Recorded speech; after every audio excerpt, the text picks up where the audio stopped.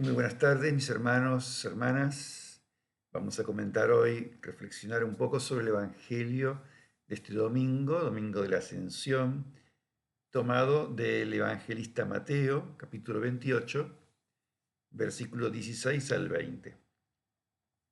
El domingo de la Ascensión es una fiesta en la que hacemos memoria de un momento muy importante de la vida de Jesús y tal vez sobre todo de la comunidad cristiana, porque para los discípulos de Jesús marcó un antes y un después en el modo de relacionarse con Jesús. Los discípulos vivieron una fuerte experiencia de despedida de Jesús en la última cena.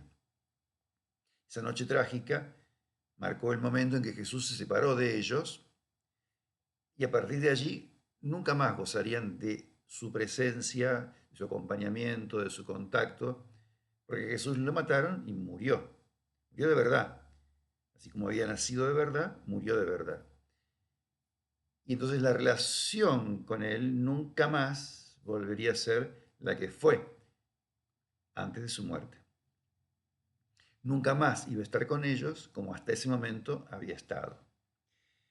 Pero la resurrección de Jesús, que los evangelistas nos cuentan de tantas maneras diferentes y que hemos recordado, meditado e intentado experimentar en nosotros en el tiempo pascual, supuso para ellos una experiencia profunda de encuentro con Jesús vivo, resucitado, espiritualmente presente. Dicho de un modo así muy simple, podríamos decir que hasta ese momento había estado carnalmente, encarnadamente presente y ahora se les manifestaba espiritualmente vivo y presente. Hubo un tiempo entonces, Lucas es el único que lo dice, que fueron 40 días en las que Jesús les regaló unas experiencias muy fuertes para convencerlo de que estaba vivo. Las narraciones de la tumba vacía y las apariciones son experiencias muy profundas que intentan, a través de las cuales los evangelistas intentan decirnos esto, ¿no? Y tal vez la razón o el argumento más fuerte para demostrar que Jesús resucitó no sea ni la tumba vacía, ni siquiera las apariciones, sino el efecto de esas experiencias en los discípulos. Porque en ellos se produjo una transformación tan profunda, tan radical, que podríamos compararla con una resurrección. Ellos son de verdad, a partir de esas experiencias, otras personas. No podemos imaginar el nacimiento de la iglesia y la transformación que se produjo en ese conjunto de hombres pobres, ignorantes, mezquinos, cobardes, si no se hubiera producido ese encuentro con Jesús vivo. Bueno, y sobre todo, si no hubieran recibido ese espíritu que Jesús les prometió, que es el mismo espíritu de Jesús. Pero lo cierto es que en algún momento entonces hubo una especie de segunda despedida. Esas experiencias de Jesús tan profundas cesaron. Y Lucas intenta narrarlo y para ello recurre a esa imagen de la ascensión a los cielos. Podríamos decir que Jesús descendió y se encarnó, murió y se enterró, lo enterraron, y ascendió y se encieló. ¿Ven? Un movimiento de descenso y ascenso, muy semejante al que deberemos hacer o estamos llamados a hacer todos nosotros. Como dijo Jesús en muchas ocasiones, el que se humilla será ensalzado, le quiere hacer grande, tiene que hacerse primero pequeño. Si intento meterme en la escena que Lucas nos pinta, uno puede imaginarse un Jesús glorioso, triunfal, que sube al podio, ¿no? Y recibe el premio por todo lo que hizo, y unos discípulos que regresan tristes, llorosos, porque ya no verían más así carnalmente a su maestro y a su amigo.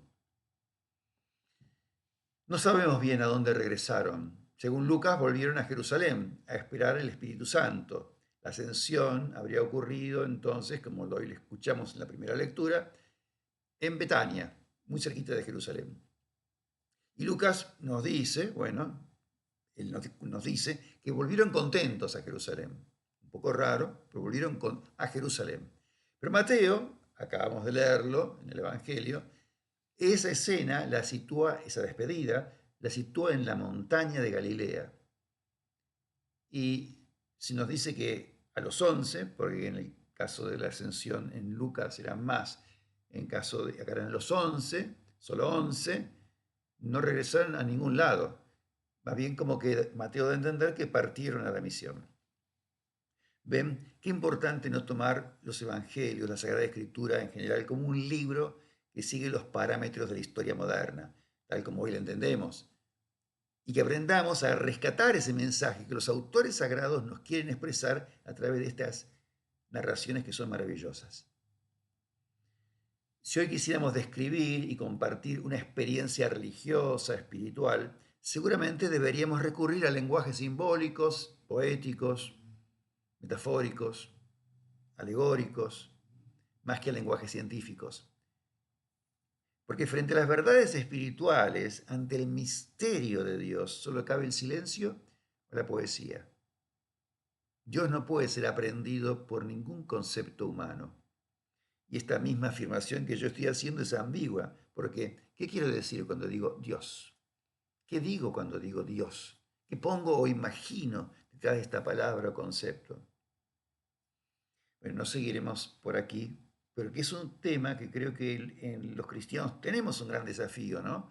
¿Cómo expresar nuestra fe en categorías que hoy hagan creíble nuestra fe para el hombre y la mujer contemporáneos? La fiesta de hoy nos ofrece un claro ejemplo de la necesidad de esto. Miren, Jesucristo no subió a ningún lado, porque el cielo no está arriba ni está abajo de nada. Simplemente por eso dije, Jesús se encieló, entró definitivamente en la dimensión divina. Creemos, los cristianos, afirmamos que un ser humano, Jesús, ya está plenamente presente en el corazón de Dios, del Dios Trinidad, en ese Dios que Jesús nos reveló con su vida, con su mensaje, con su rostro. Y también podemos decir que Jesús nunca va a volver porque nunca se fue. Como lo dice claramente hoy Mateo, yo estaré siempre, cada día con ustedes hasta el fin de la historia. Sí podríamos decir que Jesucristo se va a manifestar glorioso en algún momento. Esto es más preciso que hablar de un regreso. Hoy también vivimos, yo creo, ¿no? Un claro, paradójico, un claro ocultamiento de Dios en nuestra historia. Jesús es una presencia omnipresentemente escondida. Tenemos acceso a Él solamente por la fe. Y sí, nuestra fe nos permite descubrirlo en todas partes. Bueno, intentando ser un poquito más preciso, digámoslo así, el don del Espíritu en nuestros corazones, en nuestras almas, nos permite descubrir que Jesús está presente y se nos revela en cada realidad, aún en los infiernos, a lo que nos dice el credo, ¿no? Descendió a los infiernos. Pablo, en la carta de los Corintios, lo dice muy claramente, nadie puede decir que Jesús es el Señor si no está hablando con el poder del Espíritu Santo.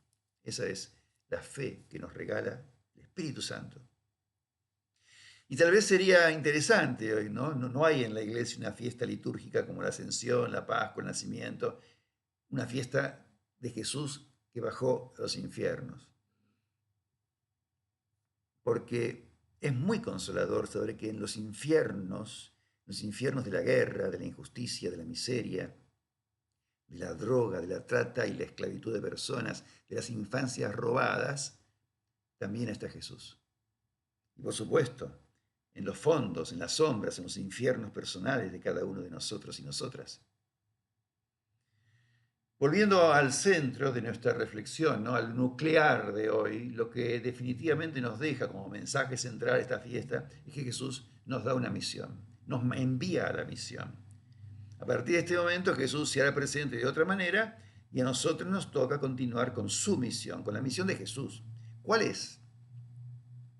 Habrá que discernirla cada uno y en cada circunstancia histórica. Con seguridad no es sostener, perpetuar, fortalecer la institución eclesial, pero sí seguramente transformar la iglesia, objetivo por el cual trabaja denodadamente el Papa Francisco, ¿no? Impulsando la sinodalidad para que la iglesia sea un instrumento más eficaz, más transparente, más coherente, para hacer presente el reino de Dios en la historia, para ofrecer la buena nueva de Jesús a todos los seres humanos, de todos los pueblos y culturas. Entonces, celebrar la ascensión de Jesús no es quedarnos extasiados mirando al cielo, como decía Lucas en la primera lectura de hoy de los Hechos, sino preguntarnos, ¿cuál es mi misión en esta vida? ¿Qué estoy haciendo yo hoy por la misión que Jesús nos dejó como iglesia, me dejó a mí como discípulo suyo? Mis queridos hermanos, hermanas, bueno, hasta la semana que viene, que tengan linda semana. Nos encontramos el domingo de Pentecostés.